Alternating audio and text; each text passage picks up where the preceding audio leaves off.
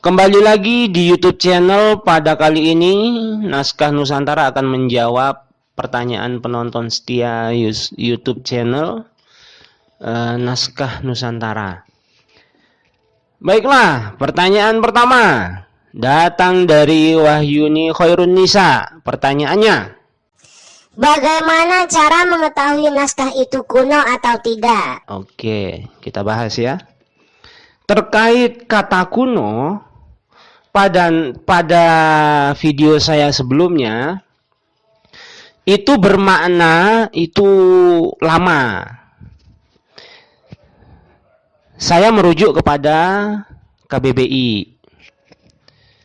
Kuno itu artinya lama. Kemudian untuk membahas terkait naskah kuno itu kita coba merujuk kepada Undang-Undang Republik Indonesia nomor 43 tahun 2007 itu tentang perpustakaan. Pada bab 1 itu di ketentuan umum pada butir keempat, di sana dijelaskan naskah kuno adalah semua dokumen tertulis yang tidak dicetak atau tidak diperbanyak dengan cara yang lain, baik yang berada di dalam negeri maupun di luar negeri, yang berumur sekurang-kurangnya 50 tahun dan yang mempunyai nilai penting bagi kebudayaan nasional, maksudnya sejarah dan ilmu pengetahuan. Selanjutnya, dan jika naskah itu banyak kerusakannya, seperti halnya robek atau banyak ratapnya. Apa itu ratapnya? Ya, intinya kalau naskah itu robek ya. Oke, kita coba bahas lagi. Bagaimana caranya? Ada dua cara. Yang pertama dengan cara tradisional. Nah, dengan cara tradisional itu kita bisa menyambung naskah yang robek itu dengan satu, alat-alatnya adalah tepung kanji atau tepung sagu, kemudian air, kemudian formaldehida.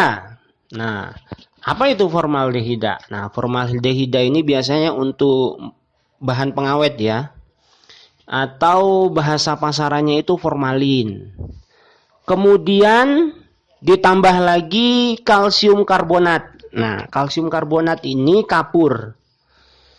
Jadi, kalsium karbonat itu gunanya untuk penetral asam. Jadi, lemnya ini agar tidak mengandung asid ya, itu bisa merusak naskah. Nah, 4 bahan ini kemudian dicampur menjadi alat perekat. Kemudian naskahnya disatukan, kemudian diolesi alat perekat tersebut. Cara selanjutnya adalah dengan melapisi naskah yang robek dengan tisu Jepang. Jadi setelah disatukan, kemudian baru dilapisi dengan tisu Jepang. Tisu Jepang ini lumayan mahal di pasaran. Ini sangat mahal ya. Pertanyaan selanjutnya, apakah naskah kuno yang bisa didaur ulang jika ada kerusakan sehingga tidak bisa dibaca? Mungkin maksudnya adalah apakah naskah kuno yang tidak bisa dibaca itu dapat didaur ulang? Oke, didaur ulang. Mungkin diperbaiki maksudnya ya.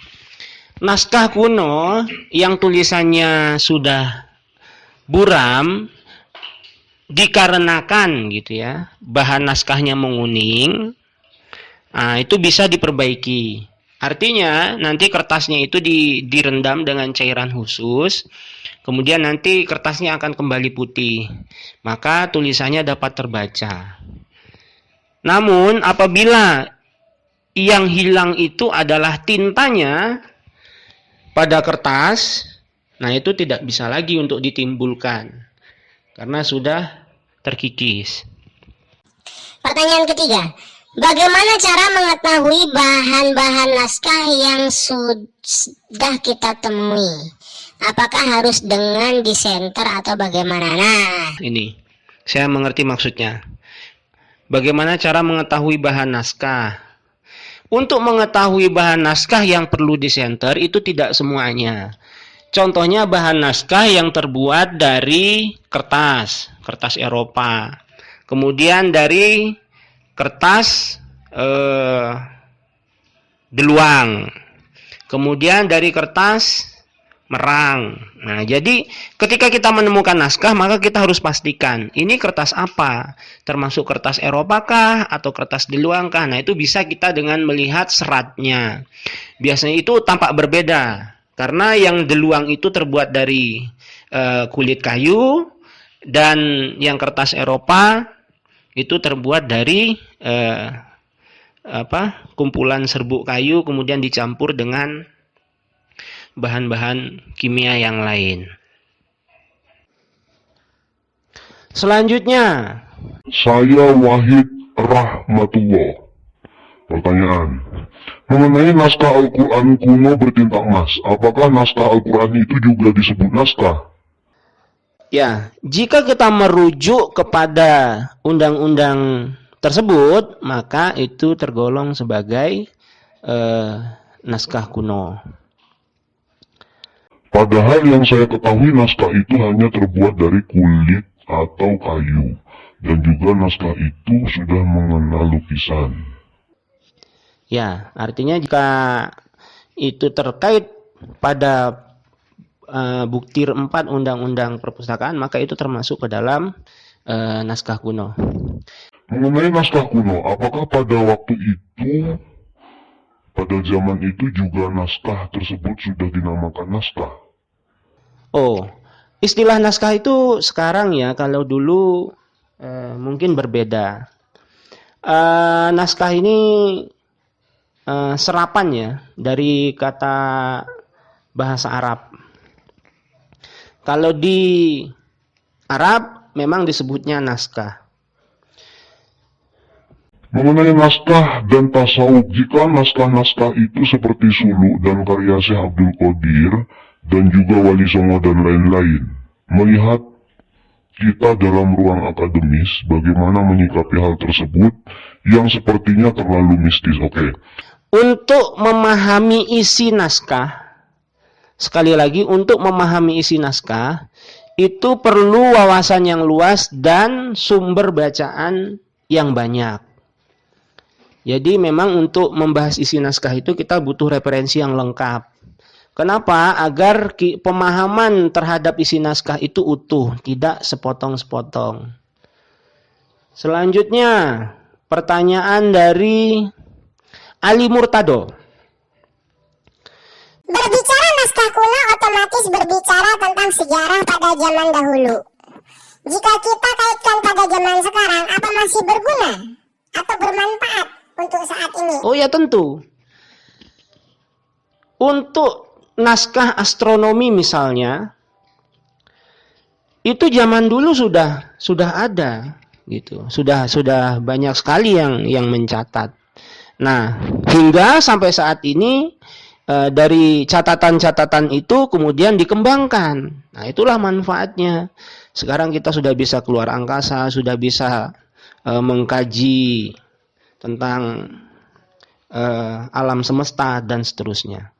Itu karena pengembangan dari pengetahuan masa silam yang dicatat di dalam naskah, kemudian dikaji ulang, dikembangkan hingga berkembang. Mengapa naskah kuno harus disandingkan dengan tasawuf? Kenapa dengan ilmu lainnya? Maksudnya, jadi naskah kuno itu isinya bermacam-macam. Bisa jadi astronomi, bisa jadi primbon, bisa jadi naskah kedokteran, atau kitab suci, ajaran agama, dan seterusnya. Jadi macam-macam isinya. Naskah, manuskrip, dan kerangka naskah. Apa perbedaan di antaranya? Oke.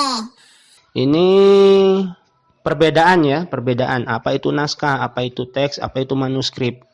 Coba kita bahas. Saya merujuk kepada buku Kodikologi karangan Undang Ahmad Darsa. Di sana dijelaskan manuskrip itu dari bahasa Inggris. Atau dalam bahasa Belanda dijelaskan juga dengan handscript. Yang dalam bahasa Indonesia dipakai istilah naskah atau manuskrip. Nah, apa itu manuskrip? Manuskrip yaitu wujud suatu tulisan tangan. Dengan kata lain, naskah dapat diartikan sebagai wujud konkret dari tulisan tangan yang di dalamnya mengandung teks. Nah, sehubungan dengan naskah terdapat istilah teks. Nah, teks secara umum merupakan kandungan atau muatan suatu naskah. Selanjutnya dari Nabila Aulawiyah.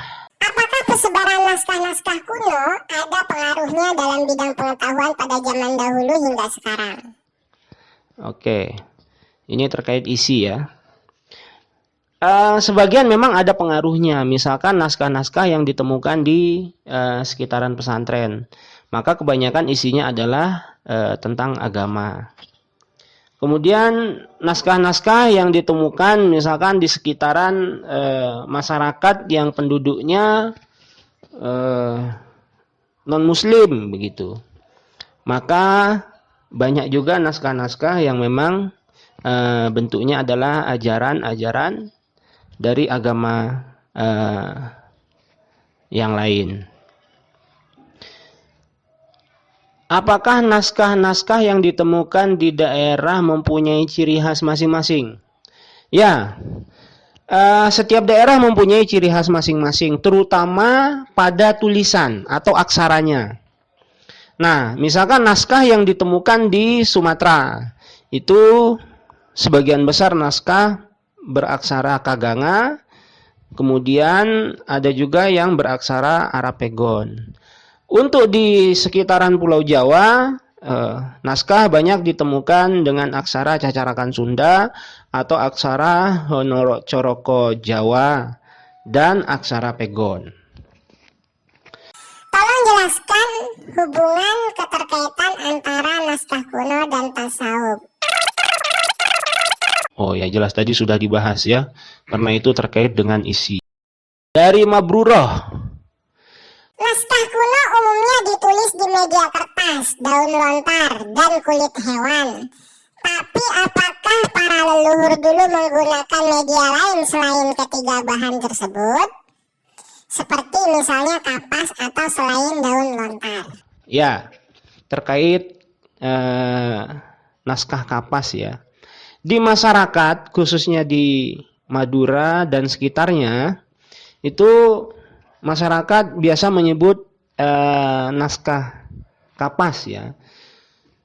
Setelah saya amati beberapa yang sudah saya temukan, itu adalah naskah deluang yang memang sudah terbuyar ya. Jadi antara seratnya itu tidak menyatu lagi. Jadi seolah-olah serat itu berbentuk kapas. Sebenarnya itu adalah deluang yang terbuat dari kulit pohon mulberry. Apakah ada media lain?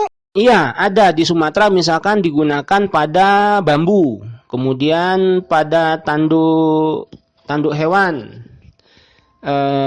itu juga ada, atau pada bambu. Selanjutnya, Naskah kuno paling banyak ditemukan di daerah mana saja? Dan apa setiap daerah memiliki ciri khas? Seperti corak penulisan tinta naskah kuno. Ya. data ini dari Perpustakaan Nasional ya, Perpusnas. Bisa kita lihat di Aceh sekitar 8.000 naskah, kemudian Sumatera Utara 26, kemudian Jambi 49, Banten, kemudian Jakarta 12.652 dan seterusnya.